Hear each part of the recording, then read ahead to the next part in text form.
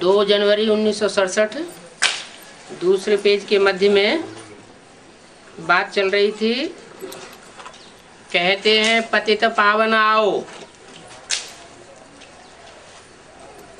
आओ, मन कभी आया था। किस लिए आया था? पतित पावन टाइटल लगा हुआ है। टाइटल साकार दुनिया में होता है या निराकार का होता है? साकार दुनिया में टाइटल लेते हैं। तो पतित पावन का जो टाइटल है वो निराकार आकर के साकार को देते हैं। साकार में प्रवेश करते हैं तब टाइटल मिलता है। और ऐसे नहीं आते हैं कि आओ, आया राम गया राम, और धर्म पिताएं जैसे आए और आकर के चले गए, ज्ञान की बातें सुनाई, भाषणबाजी की और ज्ञान सुनाकर अपना अपना चले गए, अपनी अपनी धारणाएं स्थापन करके चले गए। दुनिया का परिवर्तन नहीं हुआ, आत्माएं सब नीचे गिरती गई। खुद भी ऊपर से आए थे, नीचे गिरते गए और संगी साथियों को भी नीचे गिराते गए। और जो पहले की आत्माएं, देवात्माएं थीं, वो भी उनके संग के रंग में नीचे गिरती गई। ऐसा सुप्रीम सोल नहीं करता है। उसका तो गायन है पतित पावन सीताराम। जरूर सीता और राम की व्यक्तित्व में प्रवेश करके वो पतितों को पावन बनाता है। सीता का नाम पहले क्यों लिया जाता है? राम का नाम बाद में क्यों लिया जाता है?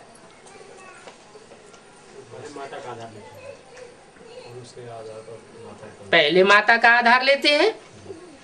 पहले माता का आधार ज्ञान सुनाने के लिए लेते हैं या भक्ति का फाउंडेशन डालने के लिए लेते हैं? तो भक्ति से तो सदगति नहीं होती। भक्ति से तो होती है दुर्गति और ज्ञान से होती है सदगति। तो ज्ञान से सदगति करने के लिए सीता का नाम क्यों लिया?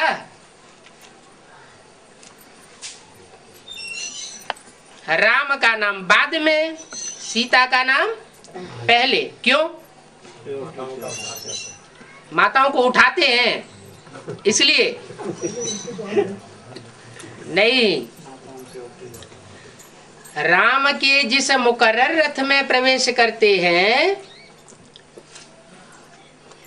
सीता का तन मुकर्रर नहीं। मुकर्रर किसका? राम का तन। वो पुरुष तन है। पुरुष तन सब दुर्योधन दुशासन।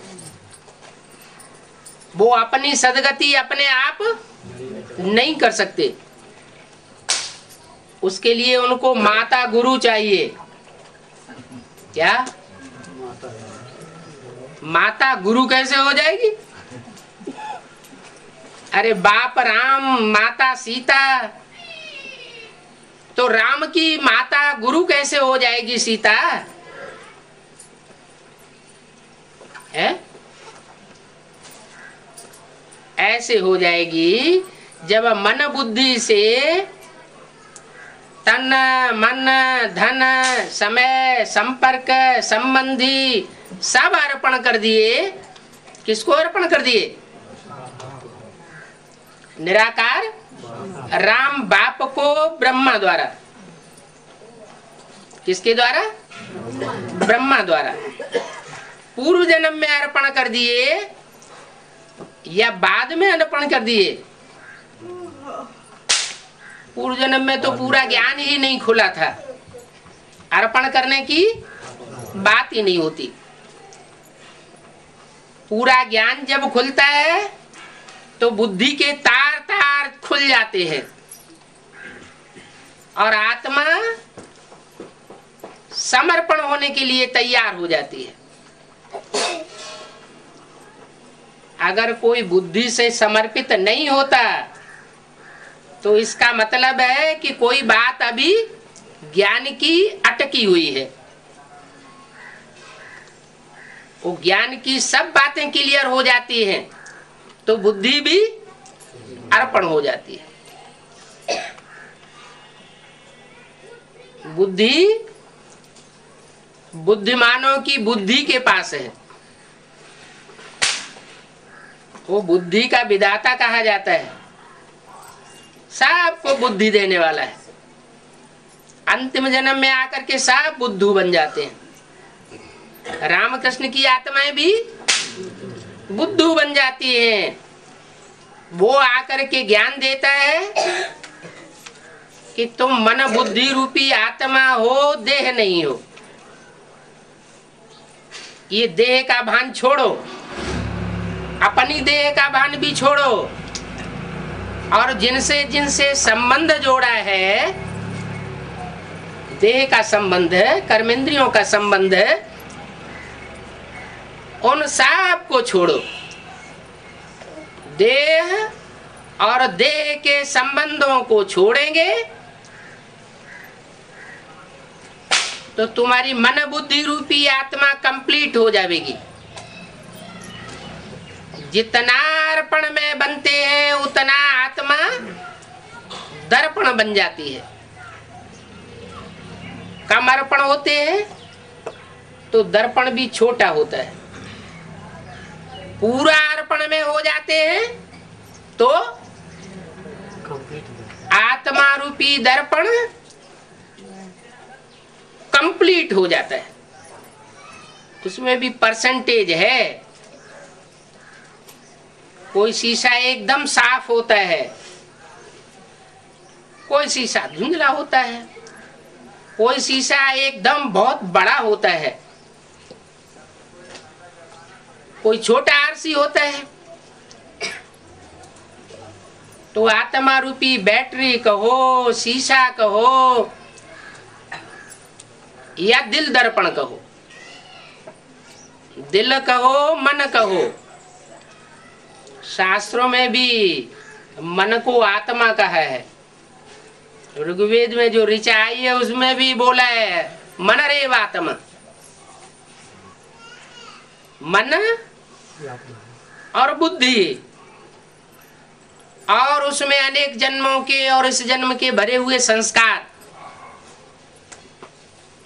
ये तीनों शक्तियों के समुच्चय का नाम है आत्मा। तो आत्मा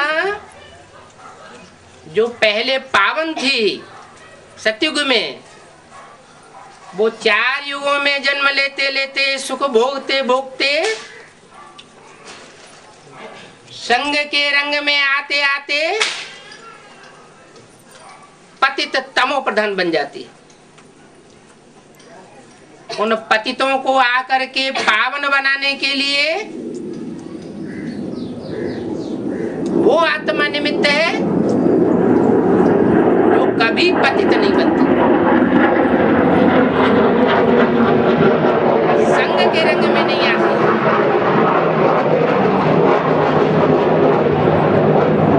कोई का अटैचमेंट नहीं लगता। वो है तुरीय आत्मा, सुप्रीम सोल। अभोक्ता है।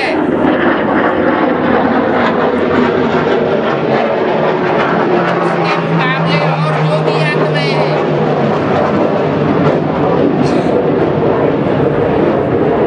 500-700 करोड़ सब मनुष्य आत्माएं भोगी है, भोगता है। भोग के बिगैर रह नहीं सकती। चाहे वो मनुष्य आत्मा ऊंची स्टेज उठ करके देवता क्यों न बन जाए, भोग जरूर भोगेंगी। अब वो भोग सात्विक हो, सतो प्रधान हो, सतो सामान्य हो, रजो हो या तमो हो। तामसी भोगी भी होते हैं। उनकी भोग वासना में तराप लगाई जाती है तो जान से मार देते हैं, हत्या भी कर देते हैं। उनको कैसा भोगी कहेंगे? सतो प्रधान या तमो प्रधान?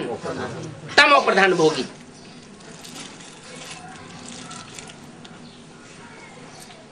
वो सुप्रीम सोल भोगी नहीं है, लेकिन भोगी में प्रवेश करता है।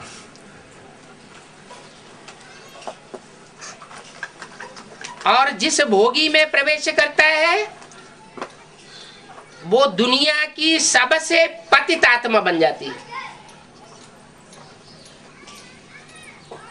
पतित से पतित में पावन ते पावन प्रवेश करता है। एवर प्योर, एवर इम्प्योर में एवर प्योर प्रवेश करता है। किस लिए प्रवेश करता है?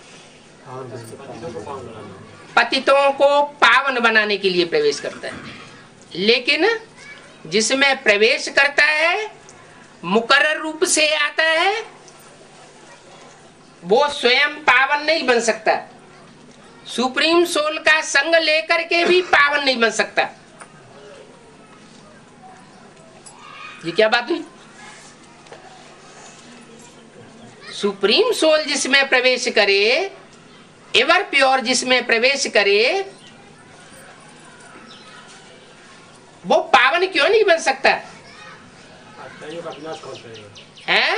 आत्माओं का विनाश कौन करेगा? नहीं, उसको भी पुरुषार्थ करना। वो स्वयं पावन नहीं बन सकता। और वह तो रास्ते को सुधारेगा कौन? सुप्रीम सोल जिसमें मुकर्रर रूप से प्रवेश करता है, वो अपनी शक्ति से पुरुषार्थ करके पावन नहीं बन सकता। क्यों नहीं बन सकता? क्योंकि उसे साकार में कोई गुरु चाहिए। क्या? साकार में कोई गुरु। जब सदगुरु मिला दलाल,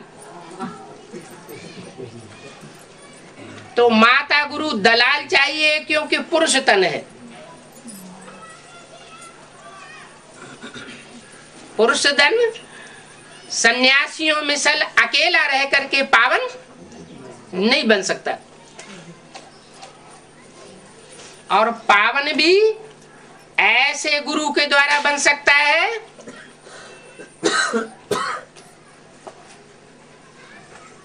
जिसमें अनेक जन्मों के प्योरिटी के संस्कार भरे हुए हों।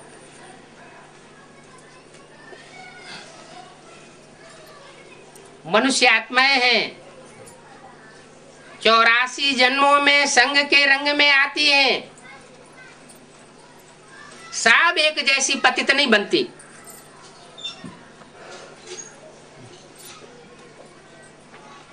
और सब एक जैसी पावन नहीं बनती। इसलिए दो मालाएं बनी हुई है, एक रुद्रमाला और दूसरी विजय माला। विजय माला अर्थात विकारों पर विजय पाने वाली माला, और रुद्रमाला अर्थात रौद्र रूप धारण करने वाली माला। तो जो पतित होगा वो रौद्र रूप धारण करेगा, या जो पावन होगा वो रौद्र रूप धारण करेगा।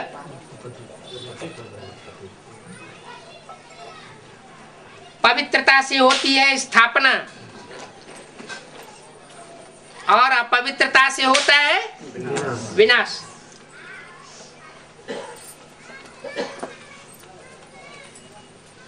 परमात्मा के दोनों कार्य हैं। वो स्थापना भी कराता है, पहले आकर के स्थापना कराता है, और बाद में विनाश का कार्य भी संपन्न होता है। ऐसे नहीं कि छोटे से छोटे स्तर में नई दुनिया का संगठन बन न पाए और पुरानी दुनिया का विनाश शुरू हो जाए। नहीं, स्थापना के साथ साथ विनाश भी होता है। यज्ञ के आदि में भी हुआ था। स्थापना के साथ साथ यज्ञ कुंड से विनाश ज्वाला भी प्रज्वलित हुई। विनाश ज्वाला प्रज्वलित हुई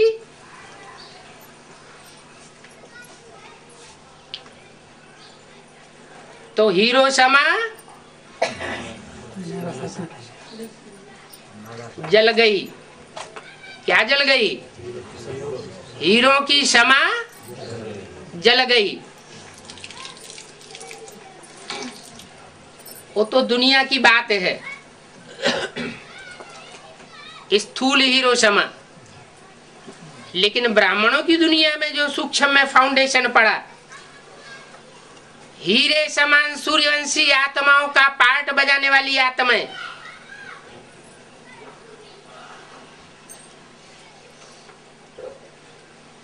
वो जल मरी।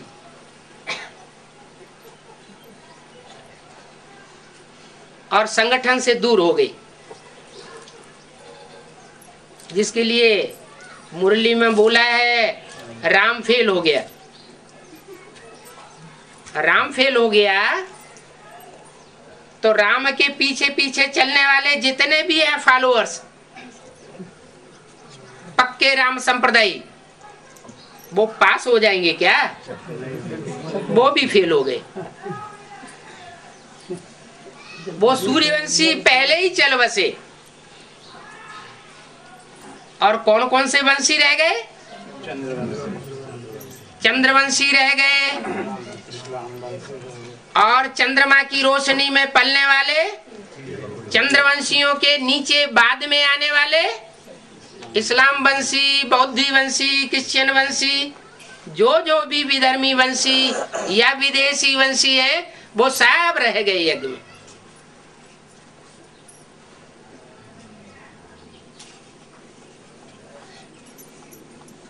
किसकी रहबरी में रह गए? ज्ञान चंद्रमा ब्रह्मा की रहबरी में रह गए।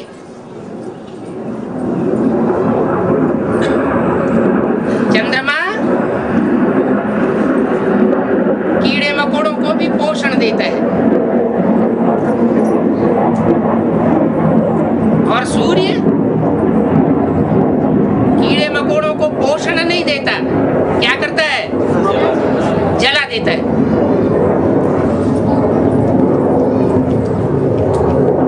अब यहाँ क्या हुआ यज्ञ में? कौन जल गए? सूर्यवंशी जल मरे। माना आखिरी जन्म में जो 84वां जन्म होता है, उस जन्म में सबसे जास्ती तामसी कौन बनते हैं?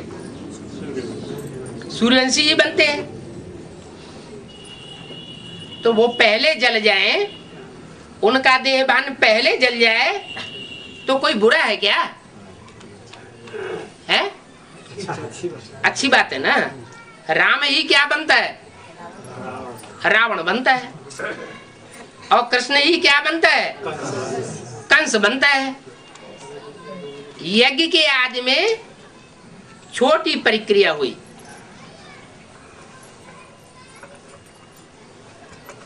जैसे कराची में छोटा सा स्वर्ग का सैंपल बना। हिंदुस्तान पाकिस्तान के बीच खून की नदियां बही, और वो छोटा सा संगठन आराम से रहा पड़ा था। कोई भी प्रकार की तकलीफ नहीं, सुख समृद्धि भरी पड़ी थी। तो नरक की दुनिया के बीच स्वर्ग का नजारा वहां सैंपल रूप में स्थापन हुआ, लेकिन वो छोटा रूप था। और अभी अंत में बड़ा रूप भी सामने आने वाला है। वहां आती नहीं कहेंगे। किस बात की? है। तो प्रधान बन जाता अति नहीं, अति जब होती है तो अंत होता है तामसी पने का। तो यज्ञ के आदि में अति नहीं कहेंगे। किस बात की अति नहीं कहेंगे? तामसी पने की अति नहीं हुई थी। और अभी क्या होना है? अभी सारी दुनिया में जितना भी तामस भरा हुआ है, विराट रूप में जो तामस भरा हुआ है, उस सारे तामसपन का अंत होना है। नाम निशान भी नहीं बचेगा।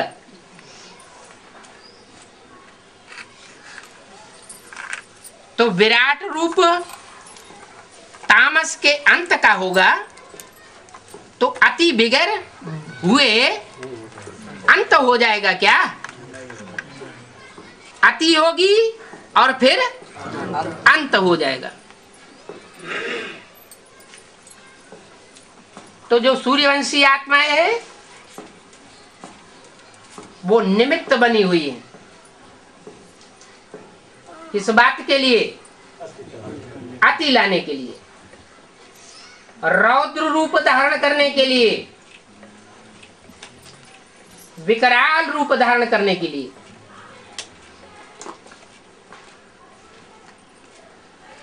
उनमें इतनी शक्ति है कि नीचे से नीचे जा सकती है और छलांग लगा के ऊपर भी आ सकती है। इसलिए जैन ग्रंथों में लिखा हुआ है, एक सनत कुमार कल्प होता है। वो सनत कुमार कल्प में दिखाया गया है कि सनत कुमार ज्यादा से ज्यादा दुख सहन कर सकते हैं और ज्यादा से ज्यादा सुखी भी होते हैं। तो नियम है, जो जितना ऊंचा जाएगा वो उतना नीचे आएगा।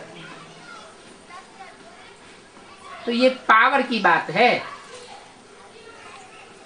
ये आत्मा रूपी बैटरीज में पावर भरी हुई है ड्रामा प्लान अनुसार।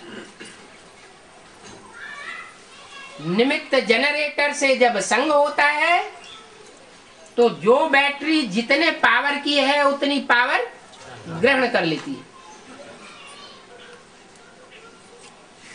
और जब ऋणत्व के साथ संग होता है तो डिस्चार्ज भी होती है। लेकिन कोई बैटरी धीरे धीरे डिस्चार्ज होती है और कोई बैटरी जल्दी डिस्चार्ज हो जाती है।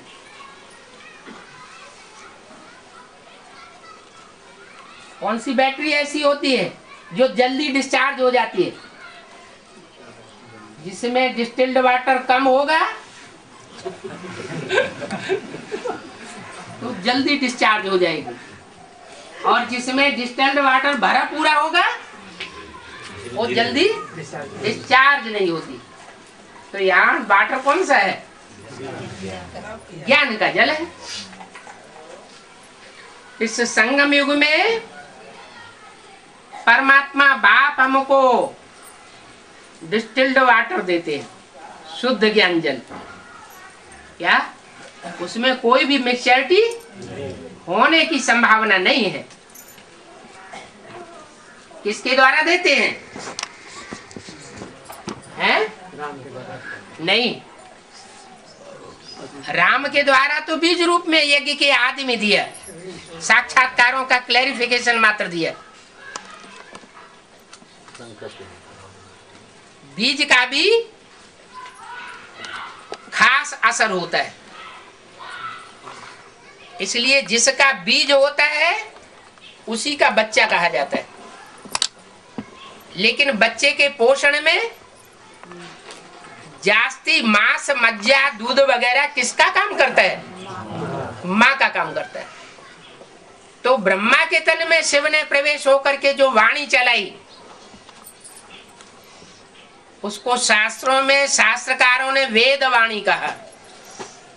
क्या? वेद वाणी। विद विद माना जानकारी, जानना।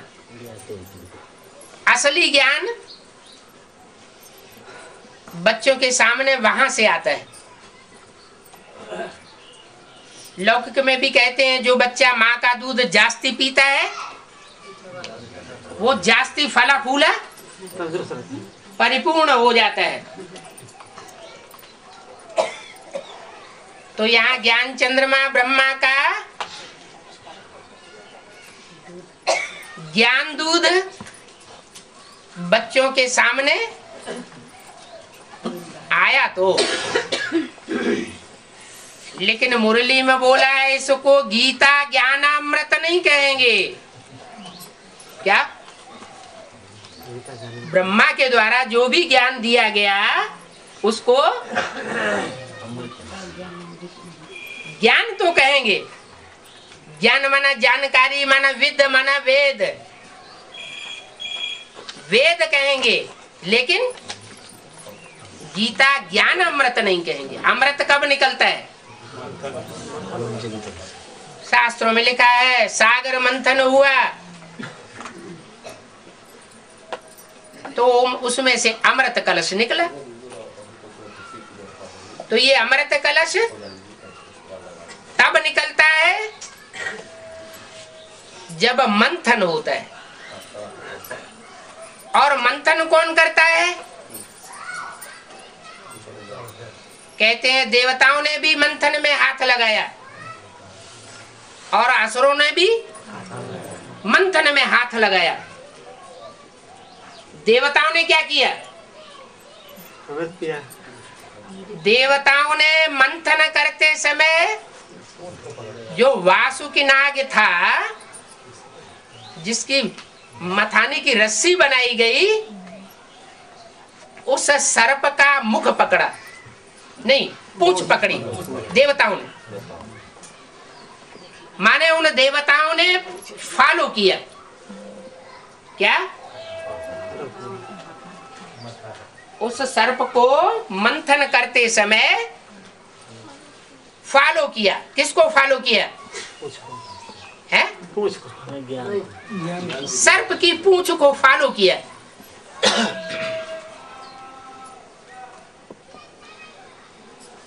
सामना नहीं किया। और असुरों ने क्या किया?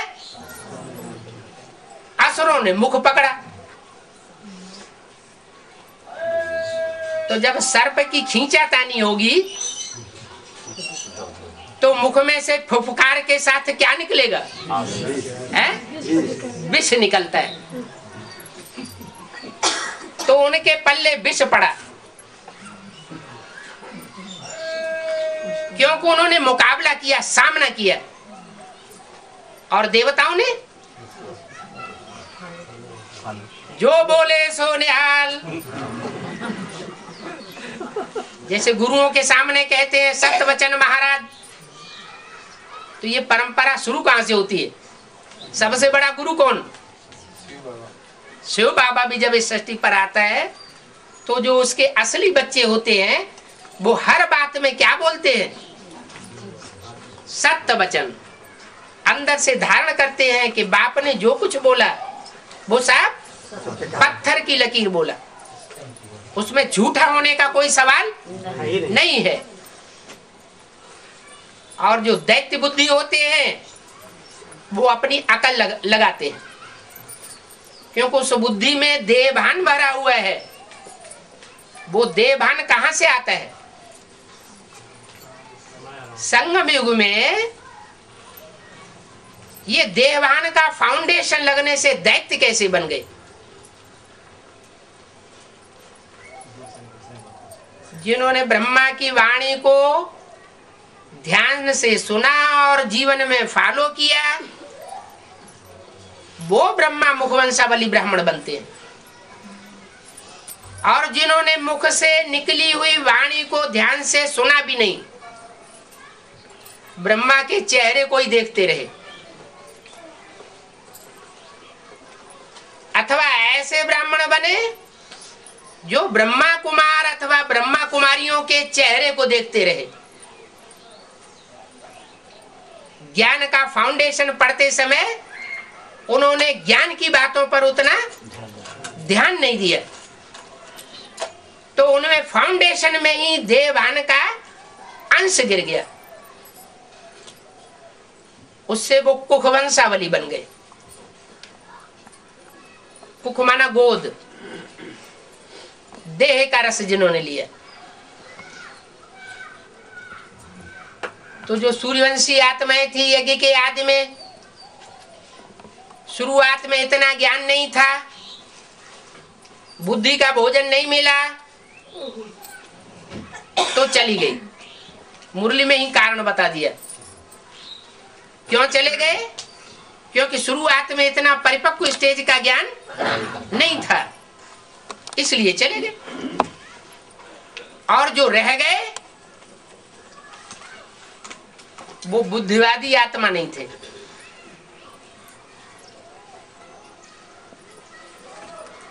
बाप है बुद्धिमानों की बुद्धि, और डायरेक्ट जो जनरेशन पैदा करता है, बनाता है, सूर्यवंशी जनरेशन आदि की, वो जनरेशन में शिफ्ट होती है। नर से नारायण और नारी से लक्ष्मी जैसे बनने वालों की शिफ्ट होती है कि वो ज्ञान के बहुत तीखे होते हैं, चाहे प्रजावर्ग की ही आत्मा क्यों न हो। प्रजावर्ग में भी नीचे से नीचे पद पाने वाली आत्माएं क्यों न हो, चांडाल का पद पाने वाली आत्माएं ही क्यों न हो, वो भी ज्ञानी तू आत्मा होगी। इसलिए शास्त्रों में लिखा है, ज्ञानी प्रभु विशेष प्यारा, ज्ञानी आत्मा मुझे विशेष प्रिय है। क्यों? क्योंकि परमात्मा के ज्ञान को वो वैल्यू देती है। फर्स्ट जनरेशन की आत्मा, जो सृष्टि की पहली जनरेशन है, और जो दूसरी तीसरी जनरेशन के हैं, ज्ञान चंद्रवंशी, इस्लाम वंशी, बौद्धि वंशी आदि आदि, वो ज्ञान को उतना महत्व नहीं देते। ईश्वर के मुख से निकला हुआ ज्ञान उनको उतना पसंद नहीं आता जितना उनको चंद्रमा पसंद आता है, अथवा इब्राहिम पसंद आता है, या बौद्ध पसंद आता है, या क्राइस्ट पसंद आता है। यही कारण है कि सतयुग के जो अंतिम नारायण हैं, बाद वाले,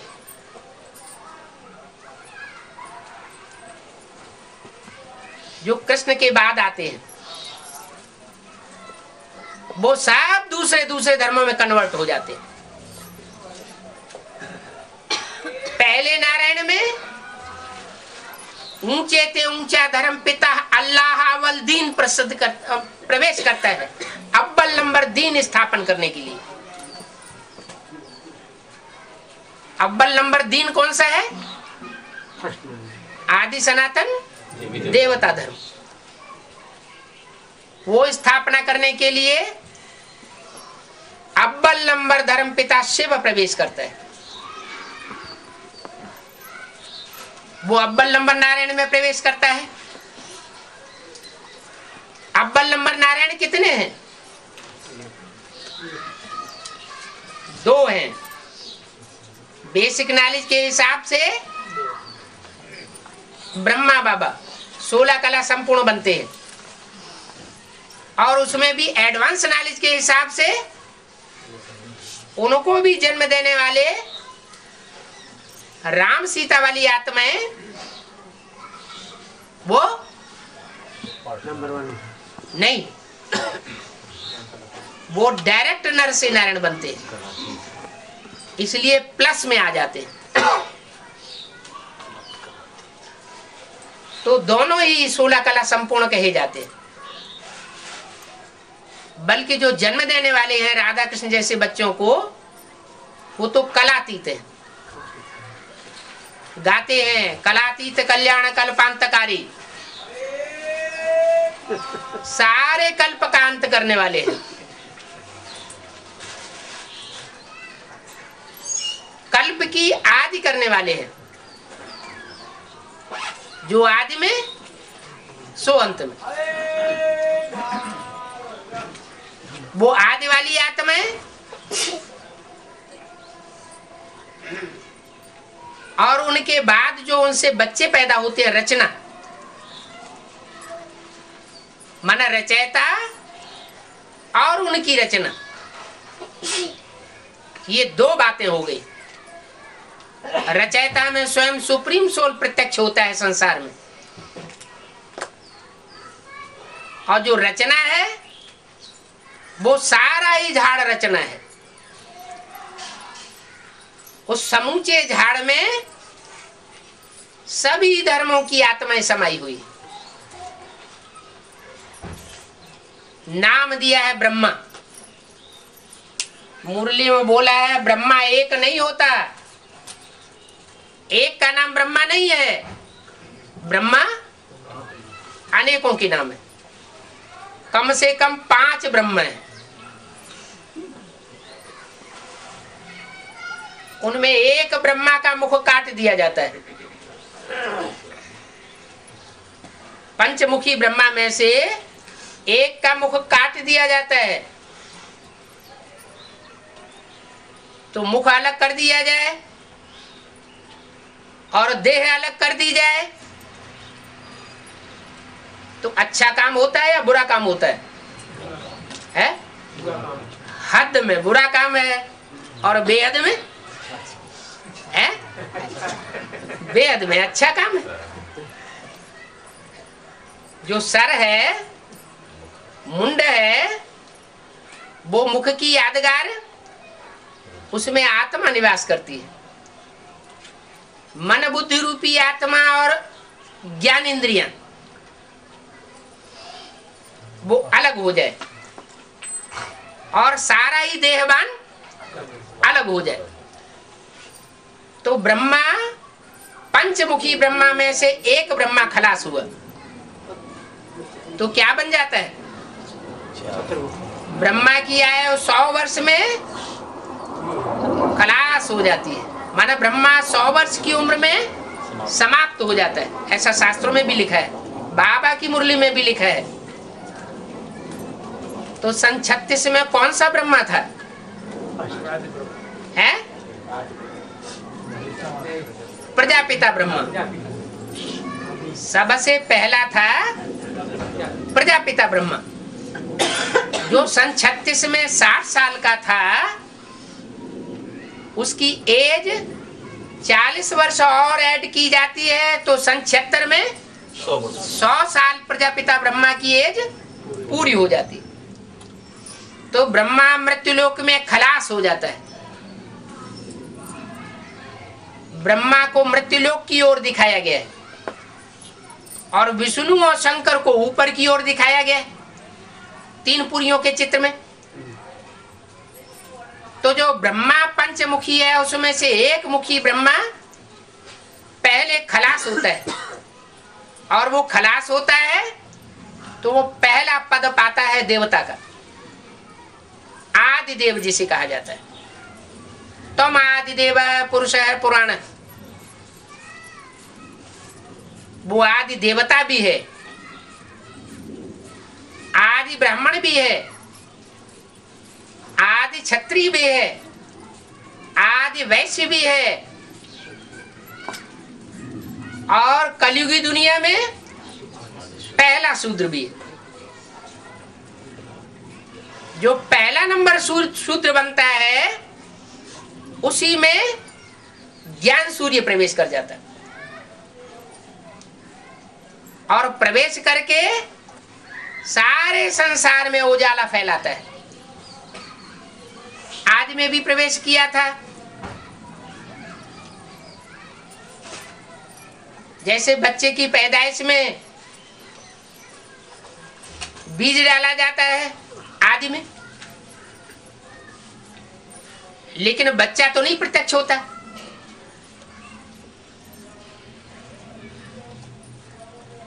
बच्चे की प्रत्यक्षता तब होती है जब जो बीज स्थूल पिंड बन जाता है 4-5 महीने का, वो निर्जीव पिंड होता है, उसमें जान नहीं होती। उस निर्जीव पिंड में आत्मा प्रवेश करती है। तो टाइम कौन सा हुआ है? 76 में। 76 में वो आत्मा प्रवेश करती है और प्रत्यक्ष तब होती है जब तीनों देवताएं प्रत्यक्ष होने के पॉइंट पर आते हैं। ब्रह्मा की प्रत्यक्षता जो होनी थी वो 76 तक हो जाती। ब्राह्मणों की दुनिया में दूसरी मूर्ति की प्रत्यक्षता भी 30-33 साल में हो जाती, और विष्णु की मूर्ति की प्रत्यक्षता वो तब होती है जब ब्रह्मा सो विष्णु बनता है।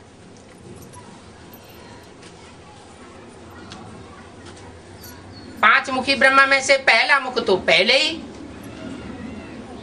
परिवर्तन होकर के बिंदु आत्मा बन गया, बीज रूप स्टेज वाला बन गया। जिस बीज रूप स्टेज वाले में ज्ञान चंद्रमा की सोल भी प्रवेश करके बीज रूप बन जाती है। सूक्ष्म शरीर से गुलजार दादी में प्रवेश करती है और उस व्यक्तित्व के संपर्क संसर्ग में आने से बीज बन जाती है, बिंदु बन जाती है। संपन्न आत्मा नहीं है, लेकिन निराकारी स्टेज में टिक जाती है। जैसे बच्चे अल्पकाल के लिए निराकारी, आकारी और साकारी बनते हैं। ब्रह्मा की आत्मा का साकार शरीर का जो भी कर्म भोग है वो खलास हो जाता है दादा लेखराज के तन से। उनके दो शरीर रह जाते, एक कारण शरीर बिंदु, वो तब प्रत्यक्ष होता है जब राम वाली आत्मा में प्रवेश होता है। उससे पहले गुप्त पार्ट बजाता है और गुलजार दादी में सूक्ष्म शरीर प्रत्यक्ष होता रहता है, अभी भी प्रत्यक्ष हो रहा है। वो ज्ञान चंद्रमा जब तक सूक्ष्म शरीर धारण किए हुए है तब तक अधूरा है। उस अधूरे की रहबरी में सभी धर्म की आत्मा इस समय पालना ले रही है।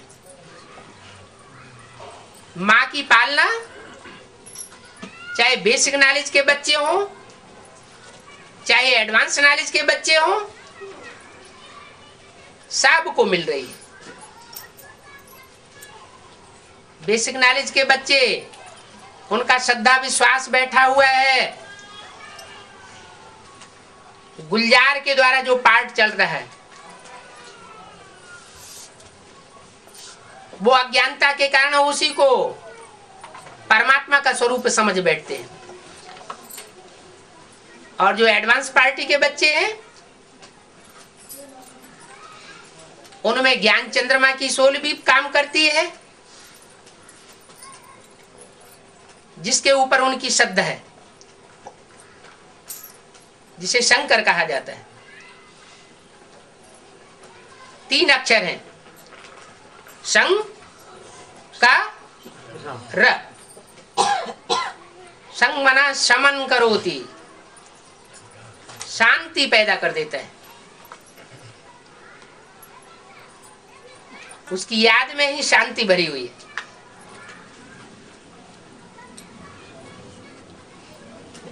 शिव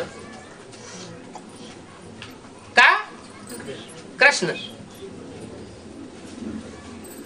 जो मनुष्य आत्माओं को आकृष्ट करता है, उनके दिल को खींचता है अपनी तरफ। और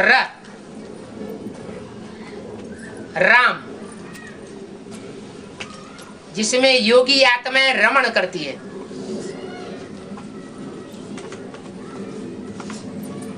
रमण करना माना खेलना, आनंद लेना। तो योगी आत्माएं उस स्वरूप की स्मृति में रह करके रमण करती है। ये तीन आत्माएं मिलकर के जो पार्ट बजाती है उसका नाम शंकर पड़ा। शंकर के मस्तक पर जो चंद्रमा है वो अधूरे पार्ट की यादगार है।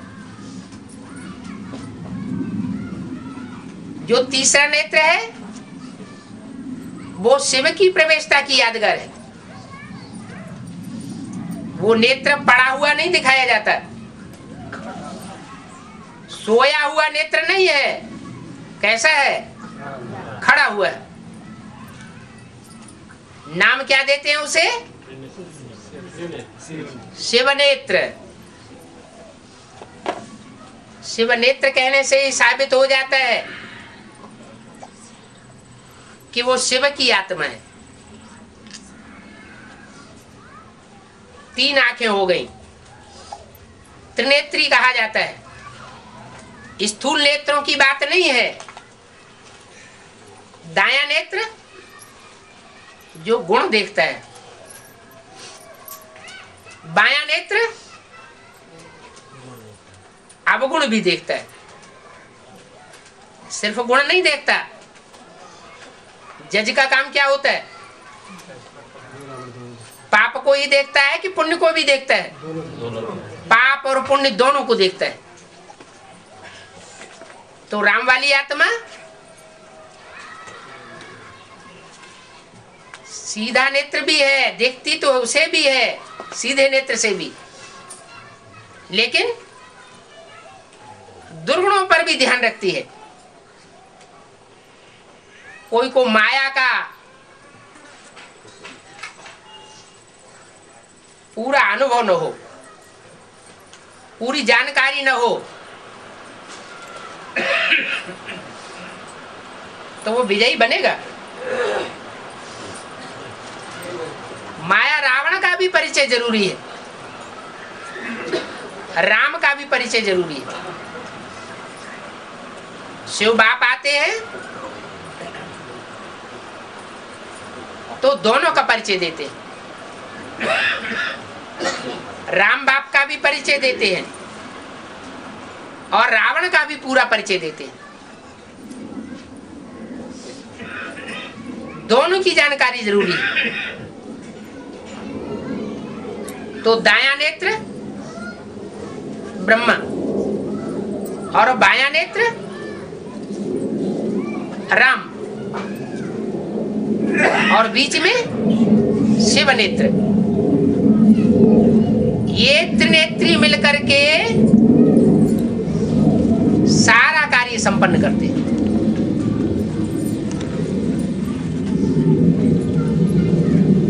विष्णु की कोई मूर्ति अलग से होती नहीं है। राम और कृष्ण के संस्कार मिलकर के एक हो जाते हैं, वही विष्णु की मूर्ति है। जब राम कृष्ण के संस्कार मिलते हैं तो उनकी जो सहयोगिनी शक्तियां हैं उनके भी संस्कार मिलकर के एक हो जाते हैं। इस तरह चार भुजाधारी विष्णु की मूर्ति बनती है। चार भुजाओं में दो लेफ्टिस्ट और दो राइटियस,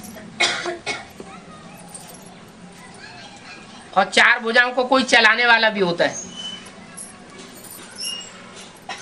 चलाने वाला कौन होता है? पांच आत्माएं।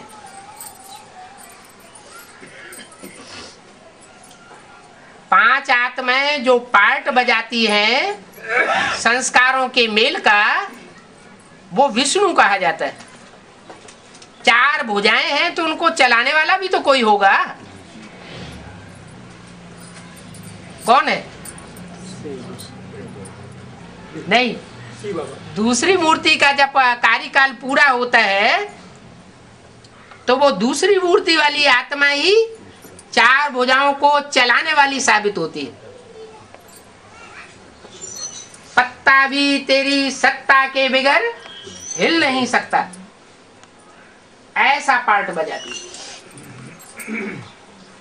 दूसरे शब्दों में बोला है, ये पांडवों का किला ऐसा बन जाएगा जिसमें एक भी असुर प्रवेश नहीं कर सकेगा। अभी तो ऐसा किला नहीं है, थोड़ा सा इशारा दिया है। क्या है? हाँ, लेकिन वो सन सिटी है, नई दुनिया नहीं है, वो स्वर्ग नहीं है, बैकुंठ नहीं है। क्रिश्चियंस के शास्त्रों में जिसे पैराडाइज कहा गया है वो नहीं है, मुसलमानों में जिसे जन्नत कहा गया है वो नहीं है, नई दुनिया है। किसके मुकाबले? पुरानी दुनिया के मुकाबले। दुनिया और स्वर्ग, यूनिवर्स और स्वर्ग में अंतर है। यूनिवर्स माना सारा ही जगत, सारा ही जगत, विश्व। विश्व पिता में, विश्व महाराजन में और सतयुगी महाराजन में अंतर है। क्या अंतर है? सतयुगी महाराजन, उनकी कितनी प्रजा होगी? 9 लाख प्रजा होगी। और विश्व महाराजन की कितनी प्रजा होगी? 500-700 करोड़ जो भी मनुष्य मात्र हैं, सब उनकी प्रजा होगी। अगर सारी उनकी प्रजा न हो तो उनको विश्व महाराजन नहीं कहा जाएगा। सब धर्मों की आत्माएं उसे नहीं मानेंगी। हर धर्म की आत्मा में उसकी मान्यता है। क्रिश्चियंस उसे एडम के रूप में मान्यता देते हैं, सृष्टि का पहला पुरुष। इस्लामी लोग आदम के रूप में उसे मान्यता देते हैं। जैनी लोग आदिनाथ कहते हैं। उस सृष्टि के आदि पुरुष को सब मानते हैं। वो विश्व पिता भी है, विश्व महाराजन भी है। और वो विश्व महाराजन योग बल से विश्व की महाराजाई प्राप्त करता है। कोई भी प्रकार का बाहुबल अगर उपयोग करे तो विश्व की महाराजाई उसे प्राप्त नहीं हो सकती। ये कायदा नहीं है कि सारे विश्व की बादशाही कोई प्राप्त कर ले बाहुबल से। दुनिया में बड़े बड़े हुए, हिटलर, नेपोलियन, मुसोलिनी, और उन्होंने बाहुबल से सारे विश्व को अपने कब्जे में करना चाहा, नहीं कर सके। बाहुबल माना देह का बल, देह का बल माना रावण का बल। रावण माना 10 शीश।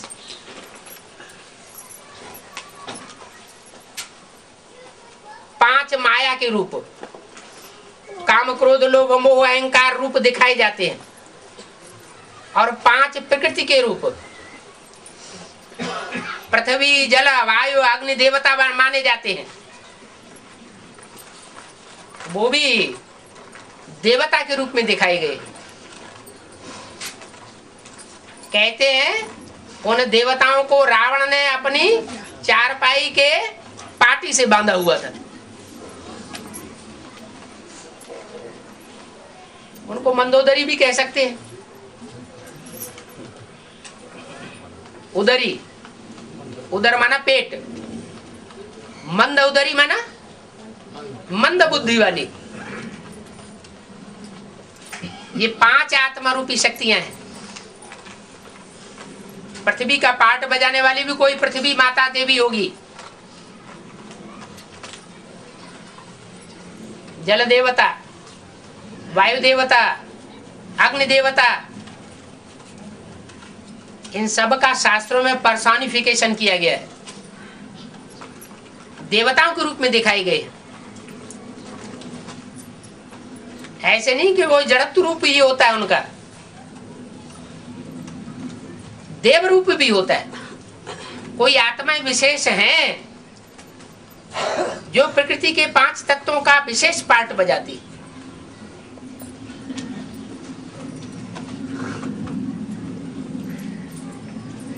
पृथ्वी है तो चंद्रमा भी है। ज्यादा प्रभाव किसका है? पृथ्वी का प्रभाव ज्यादा होता है या चंद्रमा का प्रभाव ज्यादा होता है? पृथ्वी बड़ी है।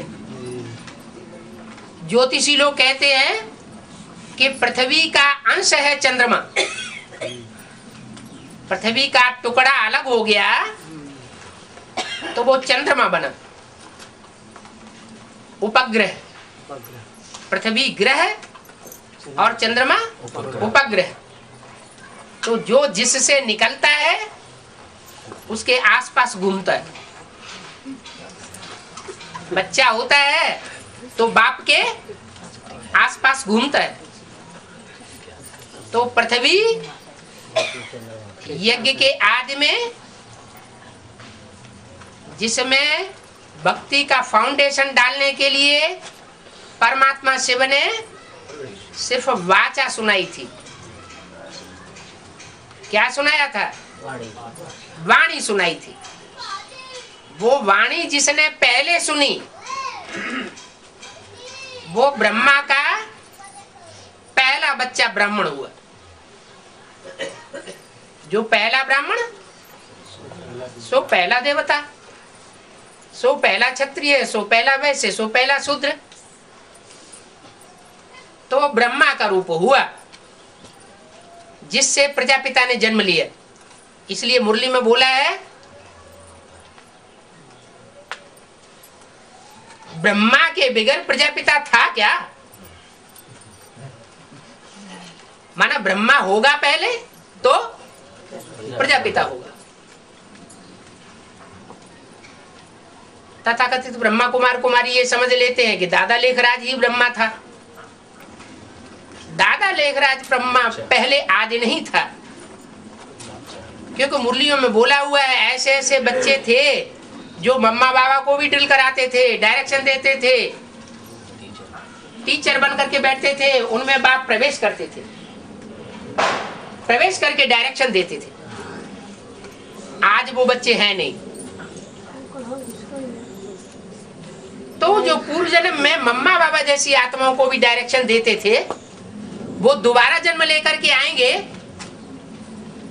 तो मम्मा बाबा की रहबरी में जो पलने वाले हैं उनसे उनको भय लगेगा क्या? सवाल ही पैदा नहीं होता।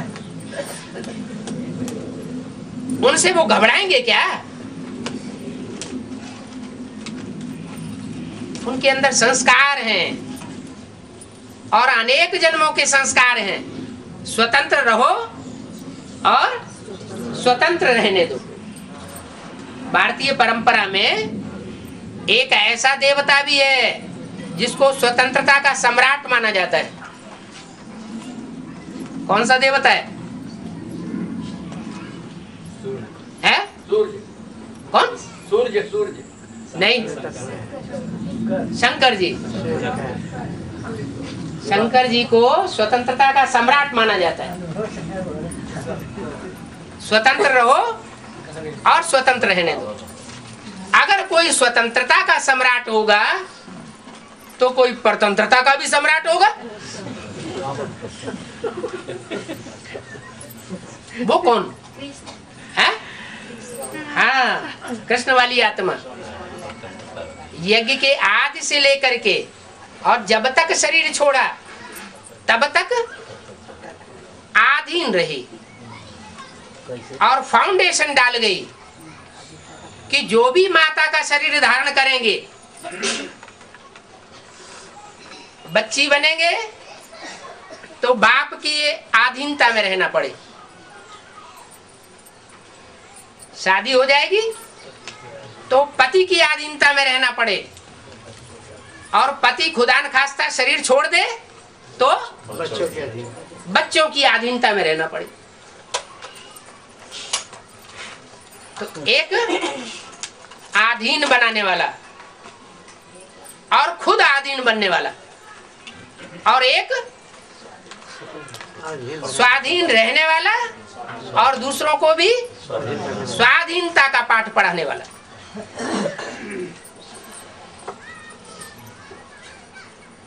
जो अधिकारी होता है वो कभी भी अधीन नहीं हो सकता। वो राम वाली आत्मा 63 जन्म में भी आखिरी जन्म को छोड़ करके, क्योंकि आखिरी जन्म में तो सभी को पतित बनना है, माया किसी को छोड़ती नहीं है। बाप सर्वशक्तिवान है तो माया भी सर्वशक्तिवान है। वो बाप की बड़ी बच्ची है क्या? जैसे बाप का बड़ा बच्चा होता है तो क्या कहा जाता है? बड़ा भाई बाप समान। तो बड़ी बहन क्या कही जाएगी? बड़ी बहन माँ समान कही जाती है।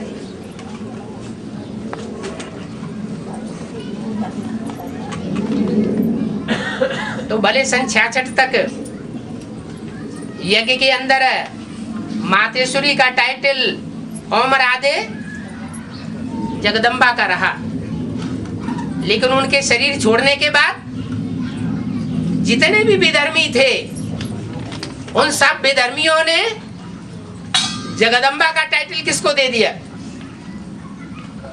उनकी नजर में जगदम्बा कौन हुई? कुमार का दादी।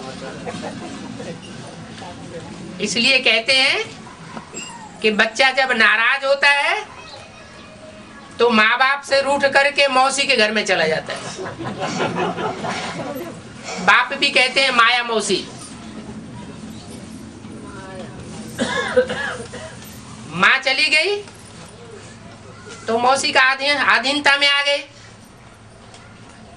अभी राम बाप कहते हैं ये माया मौसी की अधीनता छोड़ो, ये खुद भी अधीन रहने के स्वभाव संस्कार वाली है और सबको अधीन बनाने वाली है।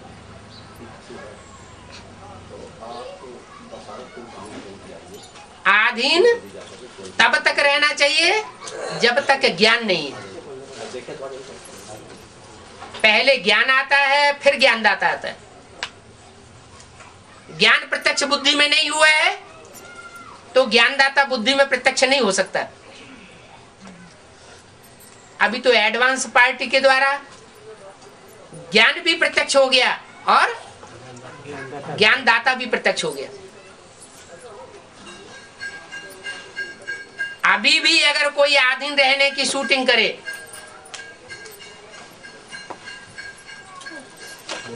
तो फिर क्या कहा जाएगा?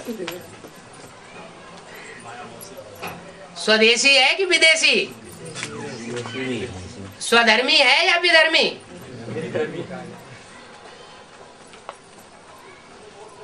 बाप तो आए हैं भारत देश में देवताओं का राज्य स्थापन करने के लिए। भारत में ही भगवान आते हैं, उनको कहा जाता है पतित पावन। जो कहा जाता है वो करके जाते हैं। ऐसे नहीं कि और दूसरे धर्म पिताओं की तरह, धर्मात्माओं की तरह आए और भाषणबाजी करके चले जाए और परिवर्तन कुछ भी ना हो। नहीं, वो आते हैं तो ज्ञान सुनाते हैं और ज्ञान सुनाने के बाद पतितों को पावन बना करके जाते हैं। सारी सृष्टि जो पतित है उस पतित सृष्टि को पावन बना करके जाते हैं। जब तक सारी सृष्टि पतित से पावन न बने तब तक बाप का कार्य पूरा नहीं हो सकता। आत्माओं को भी पावन बनाते हैं और आत्माओं के साथ साथ प्रकृति के जो 5 तत्व हैं उन 5 तत्वों को भी पावन बना करके जाते हैं। ऐसा संग का रंग लगता है कि सारी सृष्टि में उसी की याद व्याप्त हो जाती है। इसलिए भक्ति मार्ग में क्या कह देते हैं? परमात्मा सर्वव्यापी है।